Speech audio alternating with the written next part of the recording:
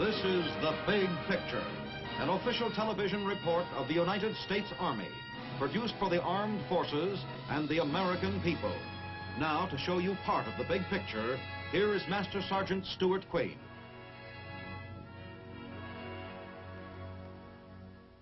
When an Army general retires, more often than not, he is invited to take on towering responsibilities in civilian life. Positions where he can bring to bear his talents and training, along with the benefits of mature experience. Many a famous former wearer of the star has moved over to important jobs in the field of public welfare, in education, in business and commerce, and in government service, accenting the respect Americans have not only for these men, but for the character, education, and training the rank of general stands for. From Washington's time to the present day of missiles and atomic warheads, for leadership in maintaining our liberty and security from foreign oppression, we have looked to the generals. What makes these men tick? The generals. What sort of training do they have? What sort of background fits them for their ultimate missions? Or to put it another way, what makes a general? Perhaps we'll have a better idea of the answer to that very complex question after viewing today's big picture. The story of the School for Generals, the Army War College. It is early morning, on or about the 20th of June, on a green-bordered, ivy-covered campus. As somebody once said, or perhaps should have said, what is so rare as a day in June without a graduation? For on campuses across America, it is time to say goodbye to familiar surroundings and move to a new stage in an up-and-coming career. It is that way, too, at the picturesque campus of the Army War College at Carlisle, Pennsylvania. But even a casual observer would know the man walking toward graduation ceremonies with his family is no typical college student. For one thing, he and the other members of the graduating class are mature men of the ranks of colonel and lieutenant colonel. Many of them have families with children, themselves of school age. For them, a day of excitement looms ahead. Graduation day at the Army War College means many a visiting celebrity at Carlisle Barracks. Precisely at 9:30, the Carlisle Barracks Honor Guard is drawn up in front of the Commandant's house and is reviewed by the Secretary of the Army. By 10:30, the graduation is about to begin. Students, faculty, guests, all are seated, quiet and hushed on this beautiful, balmy spring day, a perfect one for a graduation.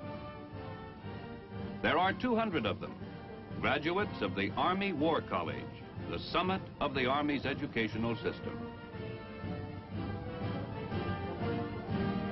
It's been a long haul up the Army ladder to this proud moment. A long haul that began for most of them years before at another campus, on the shores of the Hudson River in New York State, the United States Military Academy at West Point. On a competitive basis, they were chosen for the point. And in the classrooms and out on the drill field, they worked hard. They were expected to work hard because West Point standards are of the highest. Many of them represented the academy in athletic contests with other schools.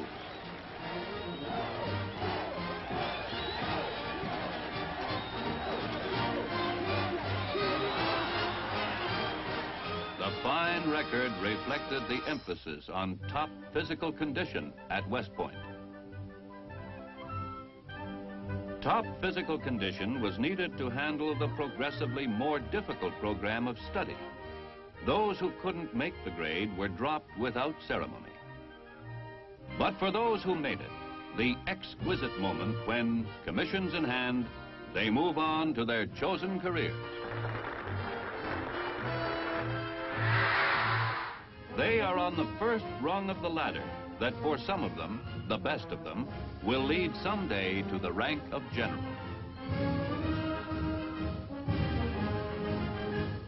At the Pentagon, the march up the ladder is observed every step of the way, for career management is stressed in the assignment of Army personnel.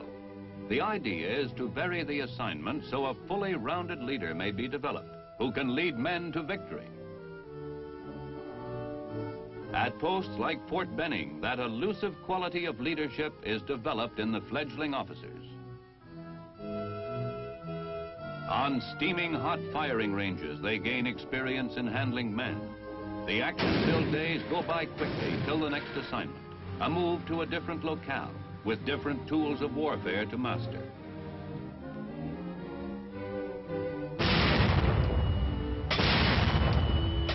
The years and the Army posts pass by. The young officers see a lot of life in a lot of different places. Perhaps London, Berlin, Copenhagen, Tokyo, or Paris. But duty calls not only to the glamour cities of the world. They learn what it's like to fight in tropical jungles.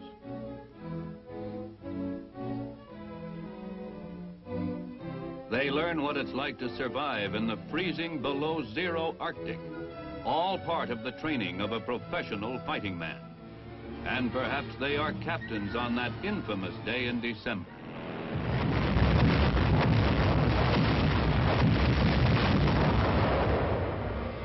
The thousands of citizen soldiers pouring into the reception centers look to them for leadership. In World War II, the regular Army officer was the heart of America's officer corps when the going was toughest. In the Korean War, the same story. Nobody could ever say the old pros didn't give it everything they had. Then, peace. Most of the citizen soldiers returned to jobs and homes, the former way of life. But for the regular Army officers, the training never stops. Intelligence schools, seminars, briefings, and the more promising men, the ones who are headed up and up toward the glittering star, are often assigned to the Command and General Staff College at Fort Leavenworth, Kansas, and the various postgraduate service colleges. But the apex of the Army school system is the United States Army War College at Carlisle Barracks, Pennsylvania. Every August, a hand-picked group of 200 military officers, as well as representatives of some civilian agencies, arrive with their families for the start of the school year.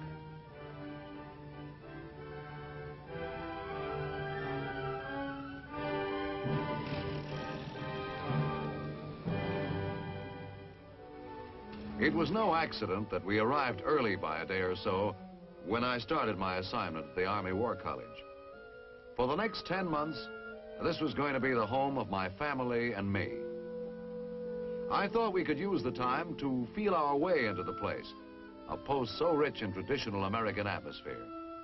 Oldest building on the post is the Hessian Guardhouse, built in 1777, when the Army's first school, a school for artillerists, was established here. In those early days, the post was an armory for the manufacture of muskets, cannon shot, and ammunition. My daughter, who has a surprising interest in this sort of thing, had a good time looking over the collection of antique weapons in the Hessian Museum.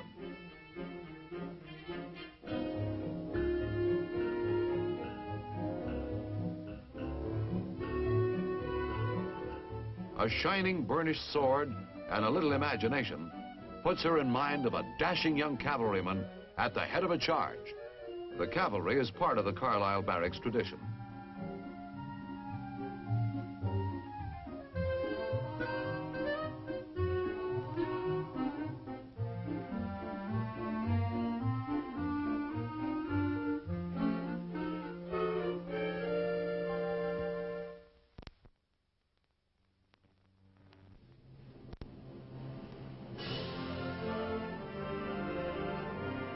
The Civil War had many repercussions for Carlisle Barracks.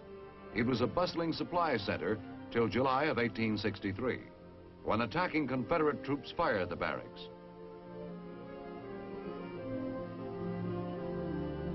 Almost all of the buildings went up in smoke, but some, like the later named Corin Apartments, were rebuilt immediately on the original plan as soon as the war was over. After the Civil War, things quieted down until a school for Indian children was started at the post. Even today's youngsters know of the athletic prowess of the famed Carlisle Indians and the peer of them all, Jim Thorpe, considered one of the greatest athletes of all time. Many of the Indians called Carlisle home, and in a quiet graveyard, they have found a permanent resting place.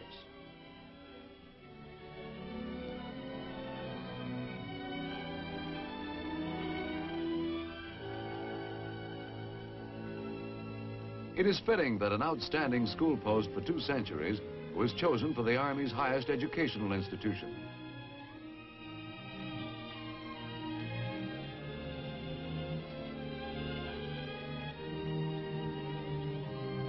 The college was originally founded by direction of Secretary of War Elio Root in 1901. As a result of Root's observations during the Spanish-American War, he organized a course of instruction for selected high-ranking officers to prepare them for the top positions in the Army. Now I had been selected, and I don't mind saying it felt pretty good to be one of that group.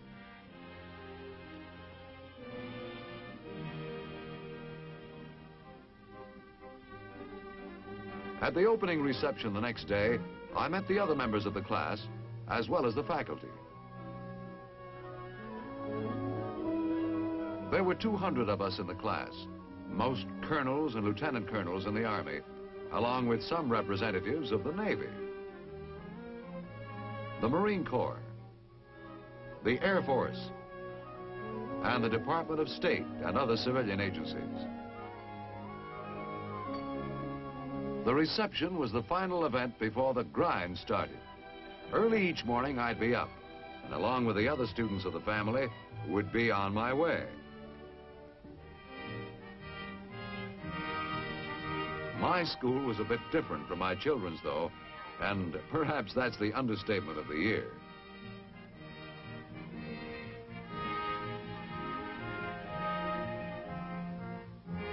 For the course of study at the Army War College is divided into 2 general areas, the first of which is the United States and its national strategy. 3 separate courses consisting of 1 on the national interest and national power of the United States and the USSR, another on international relations and United States foreign policy, as well as a 3rd on high-level strategy and policy formation.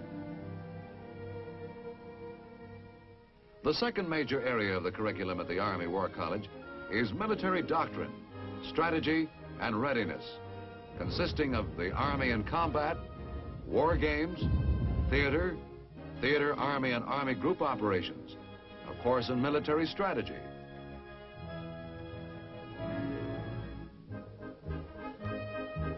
and finally, a course in military readiness.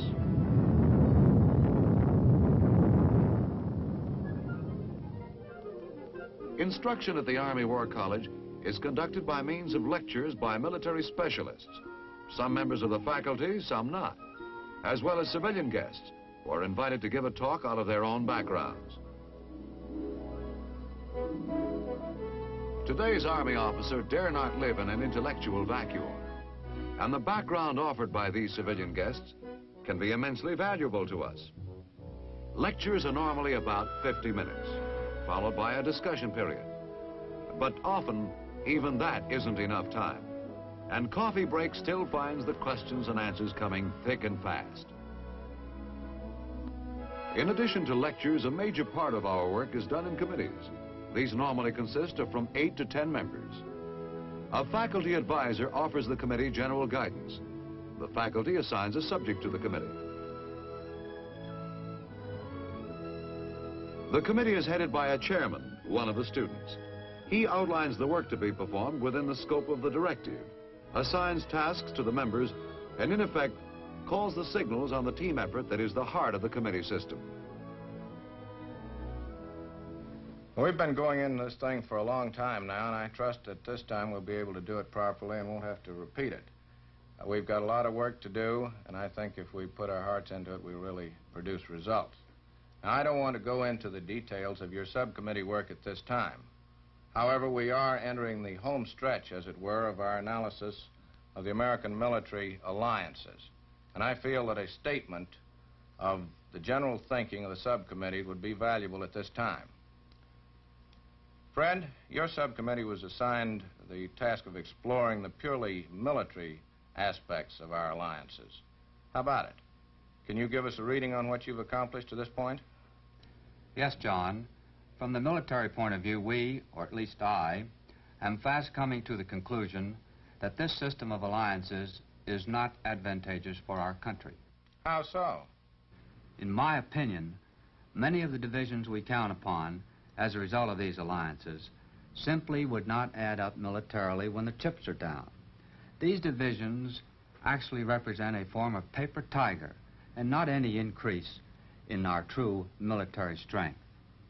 Now, here again, this is my own opinion. George and I haven't exactly reached a meeting of the minds on this subject. As Fred knows, I feel that these alliances give us an opportunity to be present, to show our flag in these places, so to speak. In that way, at the very least, we give these friendly nations an opportunity to follow a path of independence from the communist orbit. I served with the 2nd Division in Korea, and at one time we had the Turkish battalion with us. Let me put it this way. I would just as soon have a Turkish battalion on my flank as a Marine battalion. Man, they really must be good. Okay. Well, we'll get your facts and supporting data later. Bill, how about our alliances from the economic point of view? Well, Frank and I are in agreement that from an economic point of view, these alliances are essential. We feel we must recognize our responsibilities as leader of the free world. Now, the exercise of these responsibilities costs money. Of course, we can't and should not forget the impact of our own military budget on the nation's economy. But when you consider that on an average, and we'll have the facts and figures for you, it costs us 10 times as much to put one of our divisions in a crucial area than to support an indigenous one locally. Well, from a dollar and cents viewpoint, it makes sense. I agree. Now let's get to the geopolitical implications of our alliance. Dick, what have you to report? I can tell you this. The geopolitical part of this thing is a real can of worms. Well, I wouldn't exactly call that a conclusion, Dick. I didn't expect that you would. Briefly, we feel, from a political point of view, that these alliances are dangerous. For all we know, they may be drawing Soviet Russia and Communist China closer together. And there's another point, politically speaking. Our alliances tie us in with some mighty strange bedfellows. Our subcommittee has obtained an appointment with the State Department advisor on the faculty. We plan to discuss our problems with him and obtain his views. All right, gentlemen. Suppose we withhold the discussion of the psychological aspects until this afternoon. Remember, our committee report is due by the end of this week. I have a feeling that we've got a lot of long hours of discussion before we can iron out our report. It's 10 after 12 now. I have a feeling if we don't break that your wives will string you up. Let's get started promptly at 1 o'clock. The final report will be the collective effort of the entire committee. But a minority report may be submitted if anyone feels he cannot agree with a majority opinion.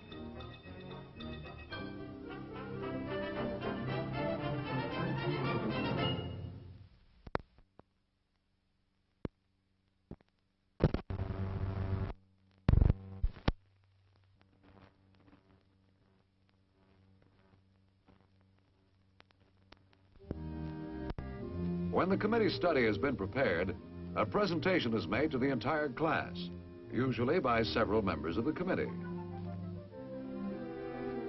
In addition to the work we do on committee studies, each student is required to prepare an original paper, much like a thesis in working for a postgraduate degree.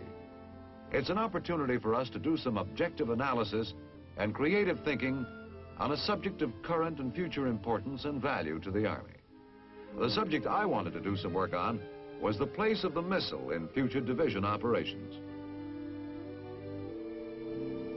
The faculty advisor helped by advising me where I might find the appropriate factual data.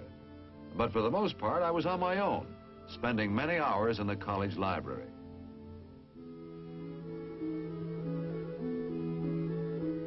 Preparing a paper like mine is, first of all, a matter of absorption.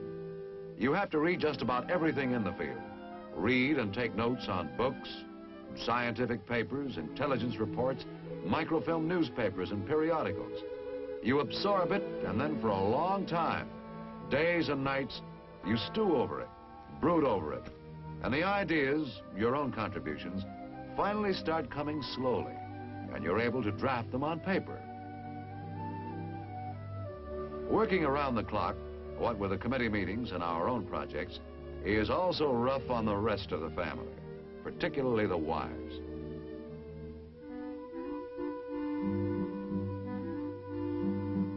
Several times during my year at the college, I had to go on trips, checking my thesis with specialists at the Pentagon, the Atomic Energy Commission, the United Nations, and various universities throughout the country. I observed some of the problems involved in the mass production of missiles. And at Fort Bliss, Texas, I watched a demonstration of military missiles in action.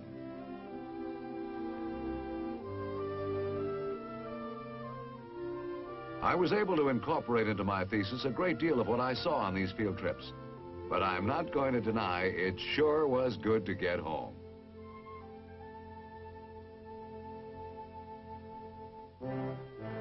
The motto of the Army War College is Prudens Futuri, prudence for the future. And by means of lectures, committee work, and independent research, we are working in accord with that motto. We try to look and think ahead. It is in that spirit that the National Strategy Seminar is held at the climax of the school year.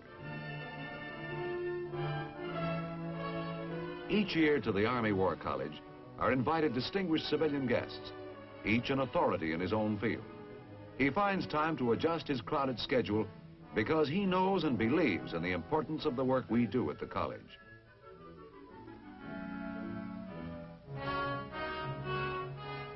He takes part in a seminar along with the committee. Problem? To discuss the student-developed plan of national strategy and its implementing courses of action with emphasis on a supporting military program.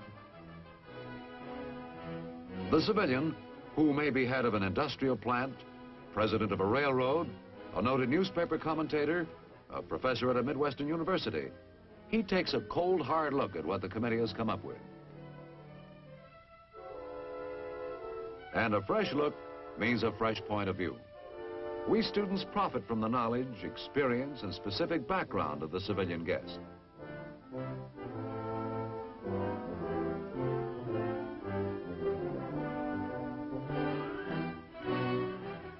I like to think he too finds the visit both pleasant and productive. Exchange of viewpoints with civilian leaders gives every one of us a more comprehensive insight into our national problems. We try our best to come up with ready answers, but when we don't, we all benefit from the National Strategy Seminars.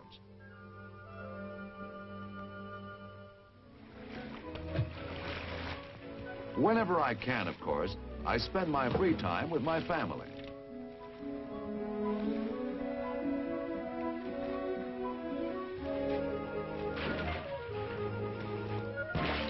I don't exactly say it's peace and quiet, but it is cool.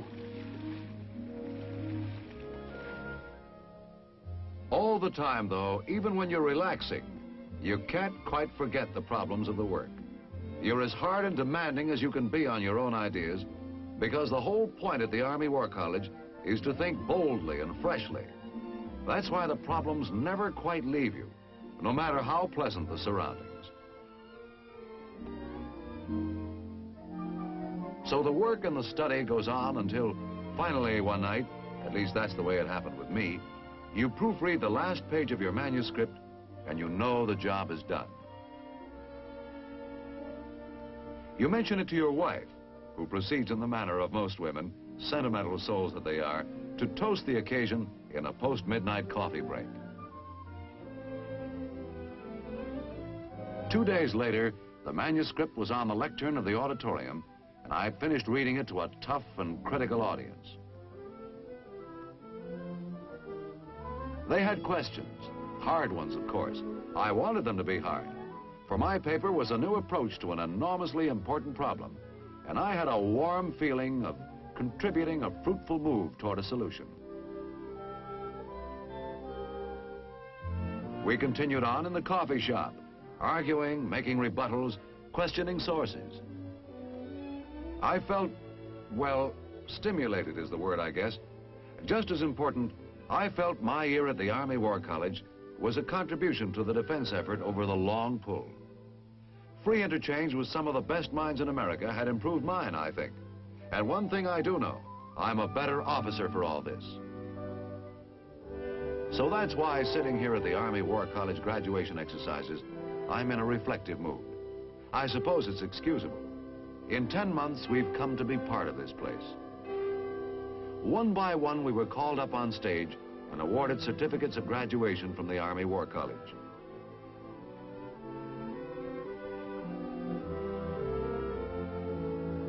With graduation came the orders for my next assignment. For me, it was to be overseas. I had worked hard this year, listening and learning and thinking. And I approached my new assignment with augmented confidence in my intellectual tools as a staff or command officer.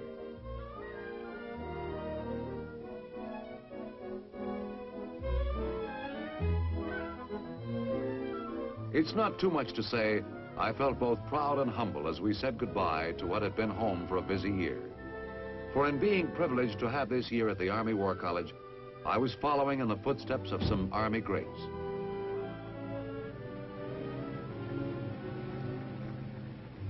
And as I left, a question trailed across my mind, lingering like the heavy scent of that balmy June day at Carlisle. Who knows, was my parting thought. In the hour of decision that faced these men, with so many lives depending on their clear thinking, perhaps the year of study, reflection, absorption at the Army War College helped them come through as gloriously as they did. For what makes a general? Talent and intelligence, certainly. Courage and character. And of course, the intangible quality of inspirational leadership. Temper all these native qualities with the best education the Army can make available. All these intermingling and dovetailing by some magic chemistry. Yes, this is what makes a general.